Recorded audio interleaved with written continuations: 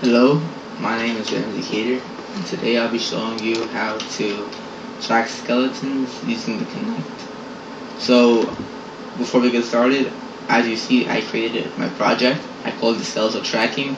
I deleted all the comments, and I referenced Microsoft.research.connect. Alright, now that we have that settled, let's get started. So, the instance variables that we're going to need is the runtime object for the Kinect, a list of vector 2's, and this will hold the positions of the joints. And then we want a texture 2D, which is going to be what the user sees is drawn. Alright, now that we have these instance variables, we can go to the initialize method and actually initialize the Kinect. So this allows us to make sure that it's an actual Kinect connected to the device. Now that we can verify that there's a connected to the device, what we want to do is we want to initialize our Kinect runtime object. So we're going to say Kinect is equal to runtime dot connects 0. So this gets the first Kinect attached to the device.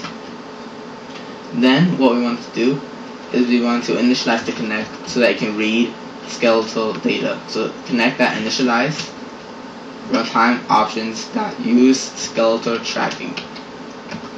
Then, in order for us to get the information from the Kinect, we have to implement the following event: Kinect.skeletal frame ready plus equal tab, and this allows us to implement the event. I'm going to name mine skeletal frame ready. I'm going to hit tab again, and it's going to create the method that we need that will give us the information from the Kinect. So every time that the Kinect sees a skeleton, it's going to call this method. So this is the method that we get the information from. So we can delete this line of code and we can start on our code. So every time this code is called, we want to refresh and delete all the previous joint positions. So to do that, we can say joint is equal to new list vector 2. So this allows us to start with a whole new array list. Then what we want to do is get the data from the skeleton frame ready event arguments, and we can do that by doing skeleton frame is equal to e.skeleton frame, and skeleton frame holds all the skeletons that the Kinect sees. Okay, so how do we know which frame is best for us? And this is what we're going to do now.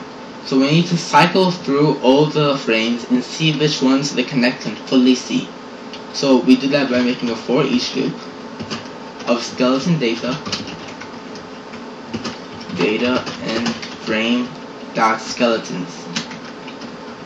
So then we have the following if statement: if data dot skeleton tracking state is equal to tracked. So this means that the Kinect can see all the joints of the person. So this is the ideal skeleton that we want to draw.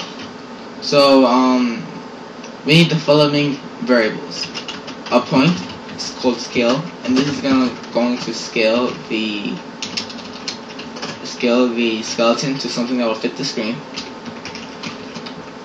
The negative needs to be for the Y. This negative has to be here, or else the skeleton will be upside down.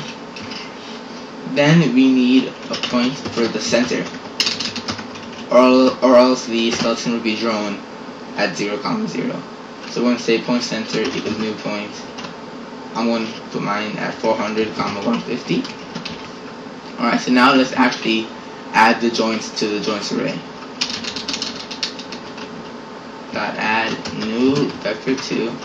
So we need to cast an int first, and then inside the cast we need to get the actual joints position. So we're going to say data dot joints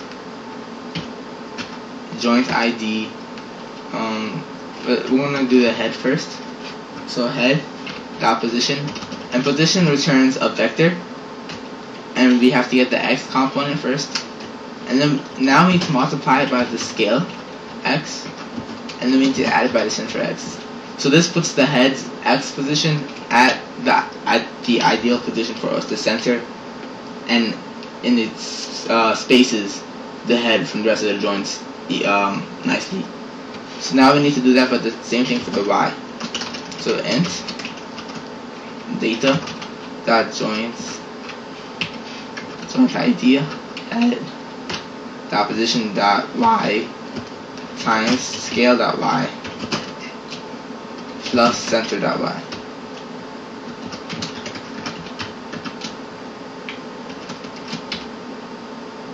Alright, so this is how you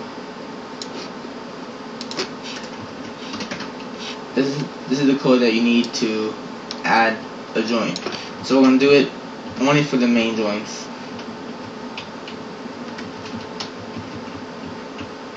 So I'm gonna do it for the head, the left and right hand, the left and right foot, and the head. So this is going to be dot left hand,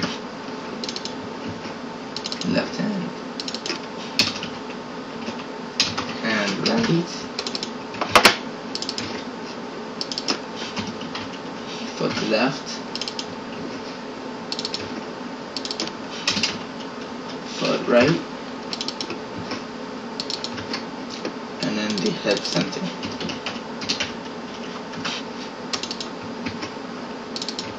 So there are 20 different joints that the Kinect allows you, and these are the 5 that I like to draw the most. So now that we have all these joints added to this array list, we have to come down to the load content method and actually load the picture.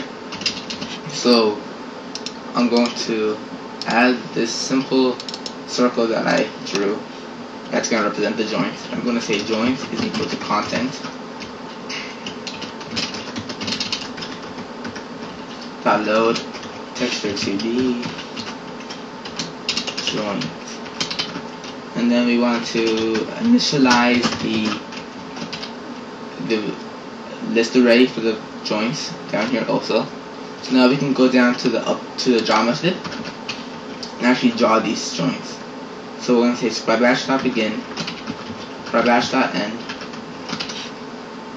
and then we're going to do, to make sure that there's actually joints there to draw, we're going to say if joints dot count greater than 0. Then we can add the for loop to draw all the joints. For int j equals 0, j less than joints dot count j plus plus, and then this is where you want spread bash dot draw joints j and Khadder. I want to say Khadder dot right, and then it's that easy. So we're going to just run the code, and then I'm going to go and let you see.